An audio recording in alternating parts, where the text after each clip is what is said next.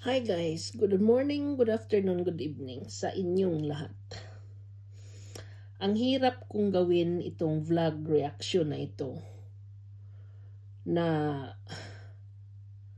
para akong di sure kung gawin ko ba ito. Kasi ayaw kong makadagdag sa nararamdaman niya ngayon at siguro alam niyo na kung sino. Nakita ko kasi yung vlog niya na napaiyak siya sa hirap ng buhay at sa stress niya. At hindi ko alam kung nakadagdag ba kami sa dinadala niya. Pero inisip ko din naman na kung hahayaan namin ang mga basher na sige-sige lang sila, baka hindi niya kayanin. But anyway, magdepende na yan siya kanya. Kung i-message niya ako at sasabihin niya sa akin na ate wag ka nang or mommy, kasi si Ugdot Mami ang tawag sa akin. Kung sasabihin na wag ka nang mag-react, wag ka nang umimik or what, baka tatahimik na ako. Pero habang hindi niya ako pagsabihan ng ganon, hindi rin ako hihinto. Kasi naisip ko, ang bata kasi nung dinala sa social media, wala naman siyang alam na ganon ang mangyayari sa kanya eh. Hindi niya alam na i-bash siya ng to the extreme na kahit man ako. Alam mo, itong mga basher na nandito sa akin, nakaka-stress kaya. How much more pa yung sa kanya na mas marami kaysa akin, di ba? Kaya lang, ang pagtuunan ko ng pansin ngayon, hindi yung basher sa akin, kundi yung vlog niya mismo. Kasi, hindi biro po ang ma-stress. Hindi biro, kasi naintindihan ko siya eh. Yung alam mo yung pasan mo yung daigdig, dahil siya yung breadwinner. So yan si Krishna kasi, siya yung nagdadala sa lahat ng meron sila. So doon siya nahihirapan, plus yung bashing na wala dito, wala doon. Alam mo, yun nga ang sinasabi ko eh, bakit ang tao, hindi, naiiyak na ako guys, kasi ramdam ko talaga, naiiyak na naman ako. Ramdam ko talaga yung hirap niya. Pero hindi kami pwedeng mag-iyakan. Kailangan niyang lumaban, yun lang. Krishna, kailangan mo lang talagang lumaban. Kasi magsawa din yung mga bashers sa'yo. At kung darating ang panahon na mapatunayan mo na nagkamali sila, you will win. Kaya huwag kang padadala. Payo ko sa'yo bilang nanay is, ngayon na kumikita yung YouTube mo, ituloy mo yan. Dahil dyan ka kumukuha ng pangsustento sa pamilya nyo, sa lahat. Ngayon yung pira mo, ipunin mo yan. Or kung ano na, may mabili kang, nandyan na yung lupa mo, taniman mo yan.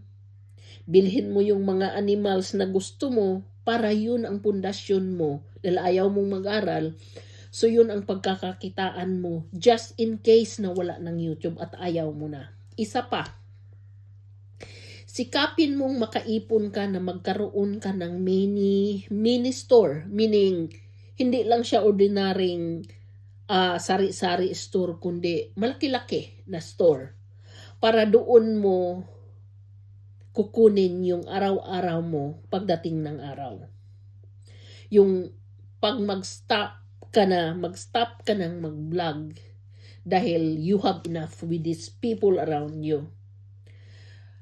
Gamitin mo sila.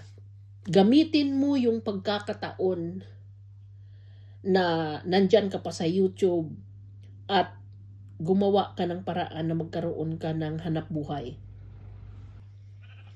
So Krishna, yung sa amin lang naman ni Ate Arjobs mo is payo.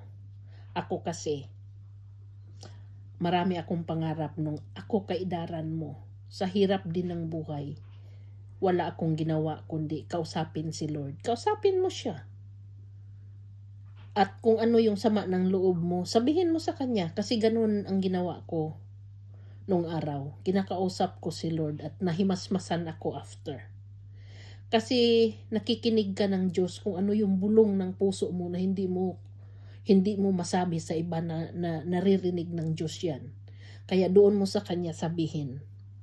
Pero materially, pakinabangan mo ang YouTube dahil doon ka kumita ng mabilisan at doon mo maiangat yung pamilya mo. Kasi nandyan na yan, nakuha mo na yung lupa. Alam kong sa edad mong 21 years old, kaya ka nagkaganyan dahil maraming 21 years old na hindi pasan ang diigdig. Parang ikaw lang nag-iisang ganun. At kung meron pa mang iba, hindi namin kilala, ikaw lang kasi ang nakilala namin. So, pakinabangan mo ang YouTube, mag-ipon ka ng pera. At kung may sapat ka nang ipatayo mo ng tindahan na malaki-laki, gawin mo yan. At pagkatapos niyan, pwede mo nang ihinto ang YouTube. So, ganun ang gawin mo. Dahil hindi madali dito sa social media dahil lahat binabantayan yung kilos mo, pananalita mo, lahat na lang, kahit siguro malibang ka, babantayan pa. Kinu-question pa nila. So, yun ang gawin mo. At huwag kang padadala sa bashing dahil yung mga tao na yan, sila yung may problema sa sarili nila. Sila yung may kulang sa pangunawa. Sila yung may kulang na kahit anong gawin nila, hindi nila maabot-abot. Akala lang nila perfecto sila. Akala lang nila okay yung buhay nila. Pero pagkagabi na nag-iisa sila at nagmumuni-muni, alam kong may malaking kakulangan sa pagkatao nila. So, wag kang padadala niyan. Manalangin ka sa Diyos mo. Ikwento lahat yan. Pero wag ka talagang padadala sa mga bashing. At ako naman, kung sasabihin mo sa akin na hihinto na ako, i-message mo lang ako. At hindi mo ako marinig na babanggitin ko ang pangalan mo. At ako naman, hindi ako kumikita dito sa YouTube para ginamit kita na kaya kita gagamitin dahil kumikita ako. Sa totoo lang, naka-block yung $sign sa YouTube ko. Dahil may problema sa account ko. At nasaya nga ako Hindi ko alam kung makuha ko yung pira na nandyan na palagi akong ini-email ng Google pero hindi ko alam kung anong gagawin ko kasi 2 lang bank account ko. Lahat yan na deny dahil palagi ko daw pinipindot ng pinipindot. Malay ko ba? So ngayon, yun ang problema ko. So, hintayin ko lang na si Google na mismo ang mag-ayos niyan at sasabihin niya sa akin na okay na. Pero hindi ako kumita dito. Pero hindi kita iiwanan. Pero kung ikaw na mismo ang mag-message sa akin at sasabihin mo sa akin na hinto ako at ayaw mo nang marinig na mabanggit pa ang pangalan mo, din so be it. Irerespeto ko yan. Kasi ako naman yung tao na hindi mahirap kausap. Pero ito lang masabi ko. Hindi madali ang mag-isa dito. Dahil ang lalo na ikaw na bata pa, na hindi ka marunong sumagot dahil nga bago ka pa lang dito, o kaya nahihiya ka na magsalita dahil meron ka pang insecurities, I promise you, pagpistahan ka ng mga bashing dito. Pero kung tibay na yung loob mo at sabihin mo sa amin ni Ate Arjobs mo na okay na ako, kaya ko na to, sige, gagawin namin yan. Pero ikaw mag-message sa amin, sabihin mo na kaya ko na to ate, kaya ko na to mami. Wag na kayo, ako nang manindigan sa sarili ko. I could be very proud of you. Kung magawa mo yan. So, ingatan mo lang palagi sarili mo, pero lumaban ka. Hindi dito magtapos ang laban na ito. Ipakita mo sa kanila na ang taong binabash nila, nagiging gold. Kaya, huwag kang padadala. At nandito naman kami. Nandito kami. Pero kung sabihin mo sa amin ni Ate Arjobs mo na kaya mo nang tumayo, kaya mo na silang labanan, din so be it, we will let you. Kasi gusto din naman naming makita na lumalaban ka eh.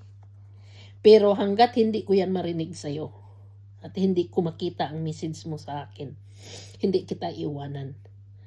At kung ano man yung napag-usapan namin ni Inday Ugdot, sa amin na lang yun. At masaya ako na nakakatulong kahit sa ganito lang sa inyo. So, ingatan nyo palagi sarili nyo, at kung habang wala akong makikitang message mo, nandito lang ako.